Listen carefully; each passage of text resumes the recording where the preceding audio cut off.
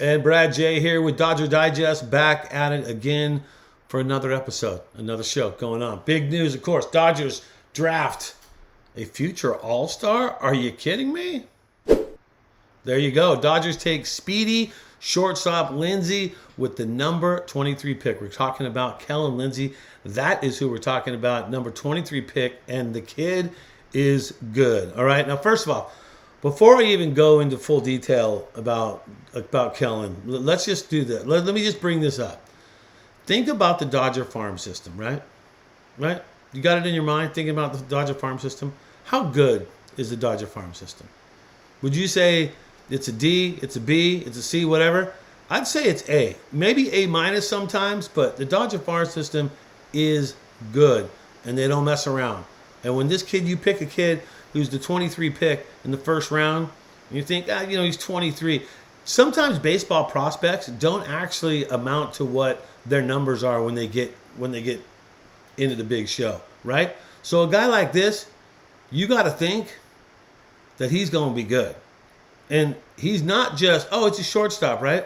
Can he hit? Oh, yeah, he can hit. In fact, you know what? Let's get into some of the details about him, because everybody is pumped right now at Dodgers, and they're pumped on none other than Kellon Lindsey, man. He's the man. Vice President of Baseball Operations, Billy Gasparino, said, Kellen was one of the few players we had targeted in the draft. So they didn't look for a lot. I think it was like 10 out of 18 were pitchers. The excitement level of our player development staff has been through the roof. Nice, raising the roof like that. We really feel that we found someone who's going to be a great Dodger, and excited to have him part of the organization. I think one day you'll be happy to watch him play in Blue Heaven. Cannot wait, because that's what Chavez Ravine is, Blue Heaven. Okay, so there you go. There's the talk of him.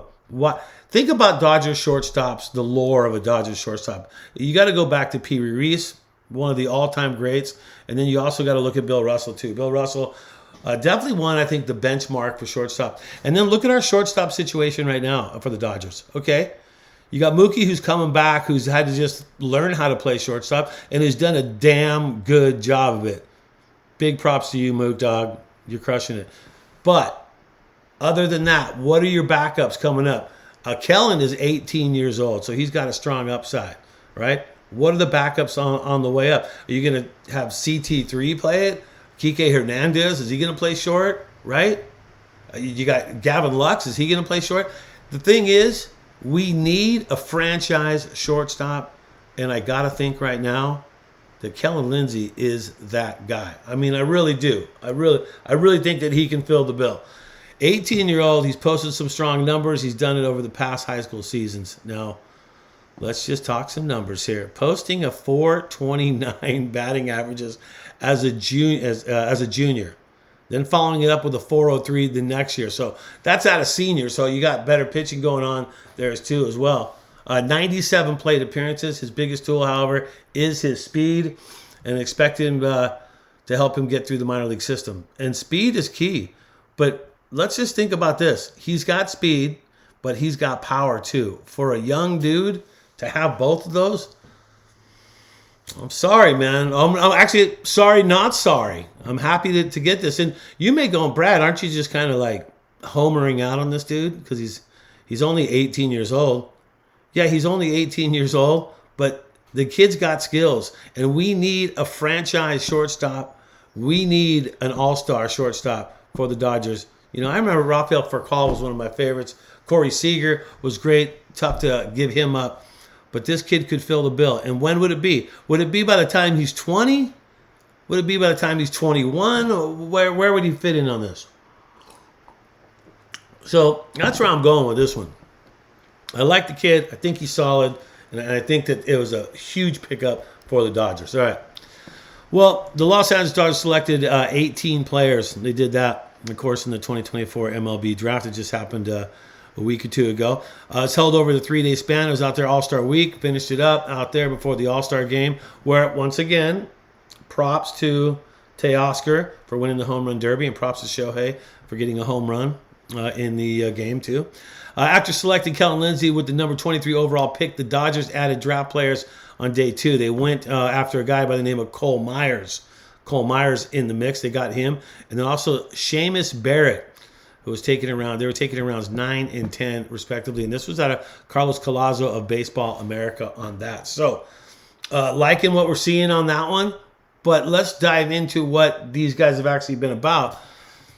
And you look at Myers, outfielder for Troy University. Look at the batting average. Look at that line, right? 323 all the way, 487, 570, 80 runs scored, 72 hits, 44 ribbies in 59 games during his senior year. Think about that.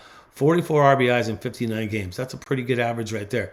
He led the Sun Belt Conference in stolen bases, 34. So the dude can run. Myers has got some speed too as well. 34. Walks, 62. Okay.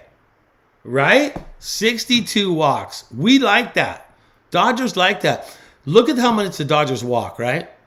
You got to be patient at the plate, and the hits will come. And having 62 walks, not bad. Few triples, 4 of them. Named to the All-Sun Belt second team in 2024. Myers, 62 walks, also ranked 3rd nationally, and with the 2nd most in a single season in Troy history. See what I'm saying? That is insane. Those are a lot of walks right there, man. A lot of walks. Barrett, right-handed pitcher out of Loyola Marymount. University posted a 2.4 record. So Barrett, Seamus, 4.78. He's got some velocity. We'll see how that kind of goes with him. But I feel that these are 2 good pickups, and they're kind of sleeper pickups. If you look at it, you look at the numbers they got. Okay, so you get one guy in the 9th pick, and you get another guy in the 10th pick. People don't really think much about it. But the Dodgers know. And the Dodgers know that's why they have a strong farm system. That's why they're good at what they do.